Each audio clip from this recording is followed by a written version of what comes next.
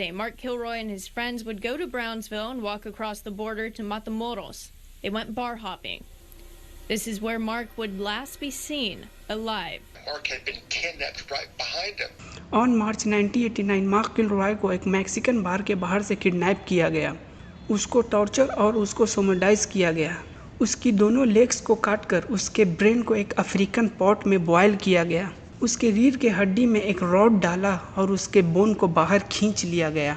No doubt हर एक story के जैसे इसमें भी एक बैक स्टोरी है। केस में आगे बढ़ने से पहले if you are a fan of crime, strange and mysterious story तो आप सही जगह पे हैं। That's all we do. So without further delay let's begin our story, the satanic journey of Adolfo कॉन्स्टेंजो।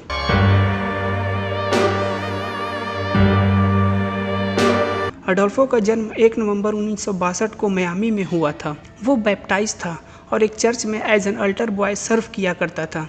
Alter boy वो लड़के होते हैं जो किसी चर्च में किसी रिचुअल में उस चर्च के पादरी की हेल्प करें।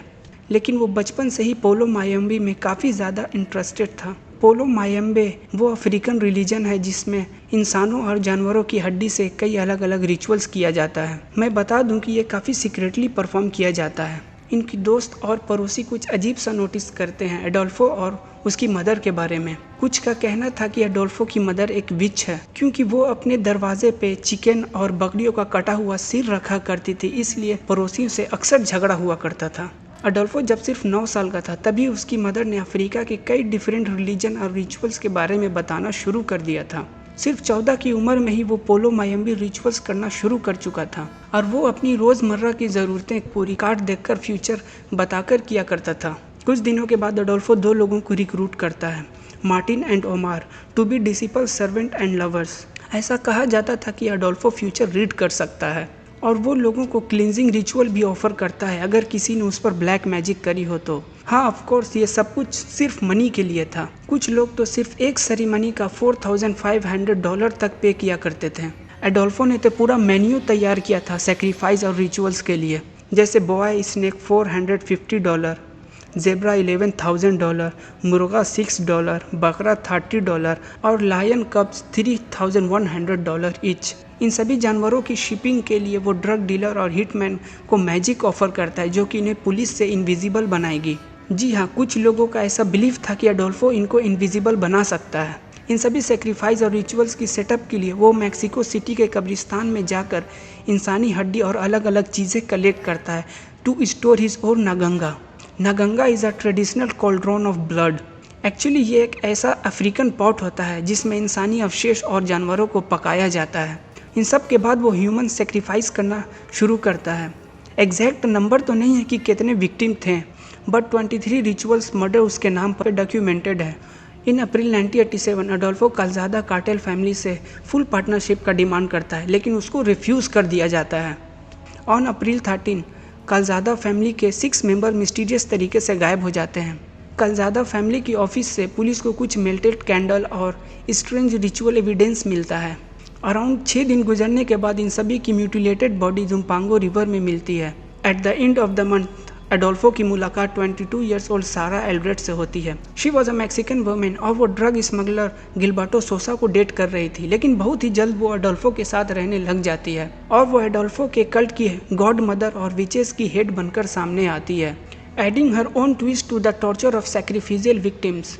मार्च 13, 1989 को एडोल्फो फिर से एक ह्यूमन सेक्रीफाइस करता है क्योंकि उसका शिकार ना ही चीखता चिल्लाता है और ना ही मर्सी के लिए भीख मांगता है, जिससे अडोल्फो को काफ़ी ज़्यादा गुस्सा आता है। गुस्से में लाल अडोल्फो अपने डिसिपल्स को नेक्स्ट रिचुअल्स के लिए किसी को ढूंढने के लिए बोलता है और यही वो टाइम था जब मार्क किलरॉय को अगवा किया गया। यहाँ से मार्क किलरॉय और उसके दोस्तों की नाइटमेयर की शुरुआत हो चुकी थी। Mark Kilroy, Bill Hudson, Bradley Moore and Brent Martin ये सभी लोग साउथ पेड्रे आइलैंड की तरफ मार्च 11 सैटरडे को निकलते हैं टू चिल एंड पार्टी।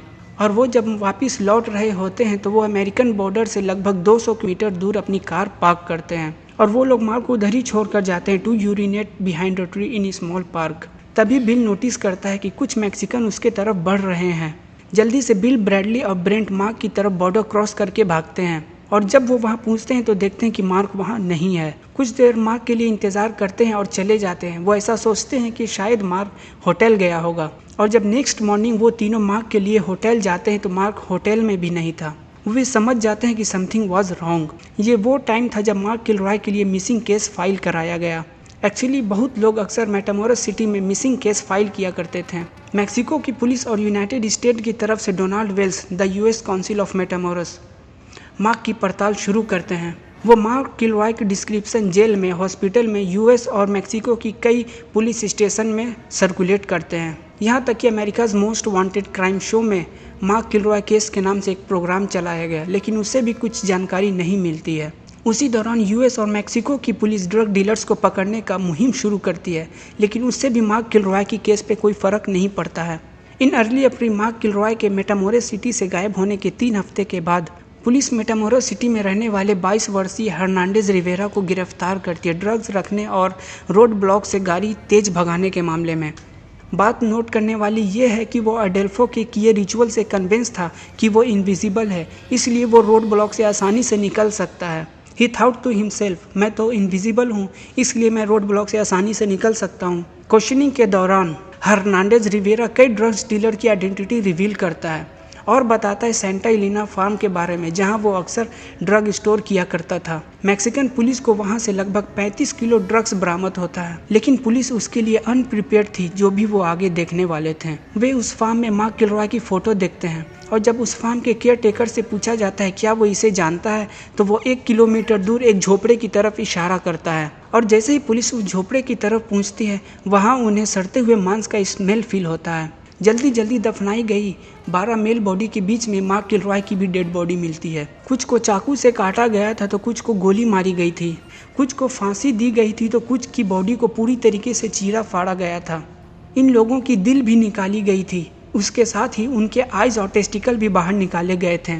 इन लोगों का सर भी धड़ से अलग कर दिया गया था। इन सब के बाद पुलिस को एक और भयानक दृश्य का सामना करना पड़ा। इनको एक और दूसरा साइट मिलता है जहां अभी भी मोमबत्ती जल रहा था और पूरा फ्लोर खून से लथपथ था। एक केटल में ह्यूमन ब्रेन और टर्टल रोस्ट किया जा रहा था।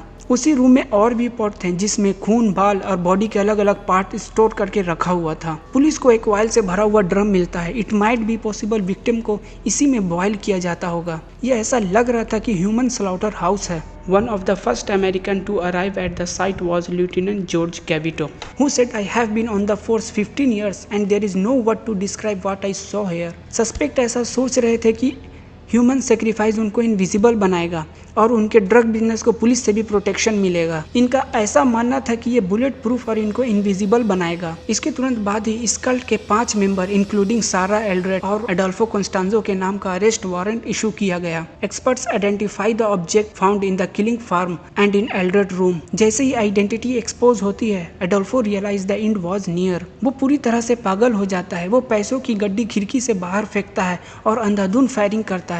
अडोल्फो अल्वारो को ऑर्डर देता है कि मुझे गोली मार दो और मेरे साथ साथ मेरे सबसे पुराने कंपेनियन मार्टिन को भी। Actually Adolfo wanted to die with Martin. जैसे ही पुलिस उस अपार्टमेंट में पहुंचती है जहां अडोल्फो मरा था, अडोल्फो और मार्टिन की डेड बॉडी उसी अपार्टमेंट के एक क्लोजेट में मिला। उनकी बॉडी पूरी तरह से बुलेट से भरा हुआ था। उसके बाद सारा और उसके 4 साथियों को भी अरेस्ट किया गया। इन द एंड सारा को 62 साल की उम्र कैद मिली और उसके साथियों को 67 साल की। Imagine, Mark Kilroy was just 21 years old. Imagine the scene. पहले तो वो किडनैप होता है, उसके बाद उसको ह्यूमन स्लॉटर फार्म में लेकर के जाया जाता है। इमेजिन कि वो कितना कंफ्यूज होगा कि आखिर उसके साथ चल क्या रहा है। उसको सिर्फ सेक्सुअल अब्यूज ही नहीं किया गया, ऐसा रिपोर्ट है कि उसको पहले बकरे के जैसा लटकाया गया, इसके बाद उसके पैरों को काटा गया। क्योंकि इन सब के दौरान वो चीख रहा होगा, जिस वजह से पहले उसको शांत करने के लिए उसकी गर्दन पर एक चाकू से मारा गया। उसके ब्रेन को बाहर निकाला गया। शायद पहले उसके स्कैल्प को पिल किया गया होगा while he was still alive। Imagine कि कितना चीख पुकार मची होगी। I feel that you understand कि मैं क्या कहना चाहता हूँ। इन द एंड आप किसी कंट्री में रहें, कभी आपके आस पड़ोस में ऐसा हो। मैं नहीं चाहता हूँ कि ऐसा हो। एक्चुअली मैं ये नहीं चाहता हूँ कि किसी के साथ भी ऐसा हो। Just say them sorry. I am sorry we were not there to help you. आप क्या सोचते हैं इस केस के बारे में? Let me know in the comment box. The Black will continue next episode. Thanks for watching.